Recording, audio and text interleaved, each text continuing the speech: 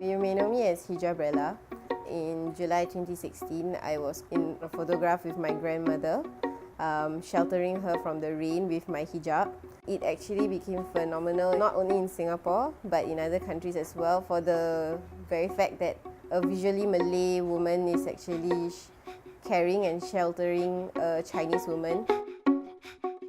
Online, there were quite a few negative comments. A lot of people could not accept that a Chinese woman would have a Malay Muslim granddaughter.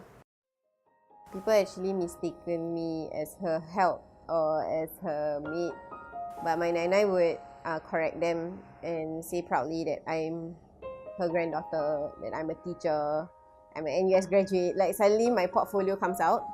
But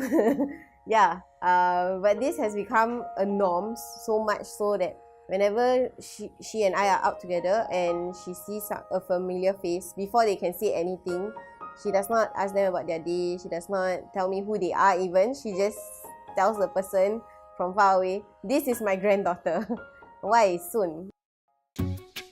Your Baba know that I don't object. Then they bring your mama come here, and people thought that is my maid. I said no, that is my future daughter-in-law. I don't eat pork here, so I clear everything. So in my house, what I buy, the meat all must be halal. As a free thinker, you have to accept.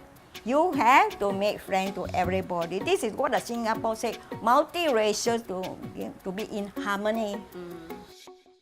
When my koko first knew that I wore the hijab, he was very taken aback and he didn't know how to react. That is one of the questions that came into the conversation at Chinese New Year, which is that, does that mean that because of this cloth, you are no longer going to be close to me, or we won't have that bond anymore? I actually am very close to both sides of my family, my Malay side and as well as my Chinese side. My families were never exclusive. Perhaps that's why I'm culturally neutral. I've never seen it as anything more than just being family. Every year I get the same question. You celebrate Chinese New Year? Oh, then you also celebrate Hari Raya? The categories, I just don't fit anywhere. I'm like a platypus of the human race, right? I'm in no man's land.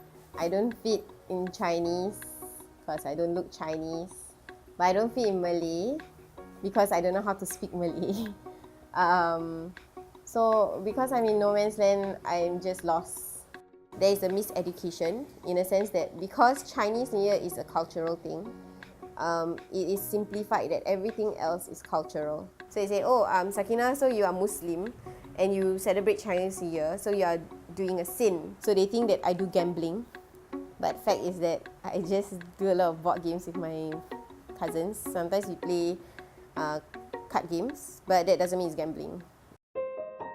Our education system is built on the sense that they want to be sensitive. So sensitive that they are so scared of actually touching waters that they haven't touched for very long.